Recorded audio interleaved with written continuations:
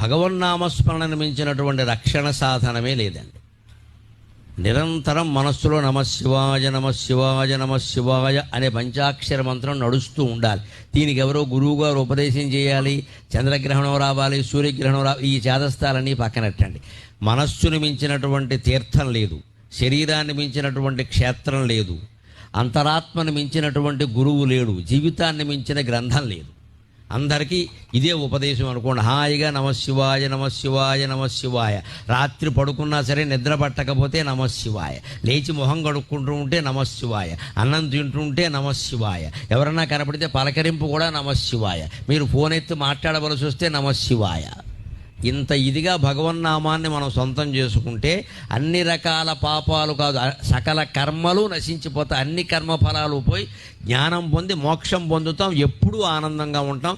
భగవన్నామస్మరణ అంత గొప్పది. అలా చేస్తేనే శివుడు కాపాడుతాడు. గమనించండి, ఇలా ఊరికే దండం పెట్టేగానే ఏం కాపాడాను? అలా అయితే అందరినీ కాపాడాలిగా. మనం చెయ్యాలి, ప్రార్థన చేయాలి ఖచ్చితంగా. అది ఆర్తితో జరగాలి, కన్నీళ్లు రావాలి ఖచ్చితంగా. ఆ కన్నీళ్లతోనే భగవంతుడి పాదాలు గడగాలి.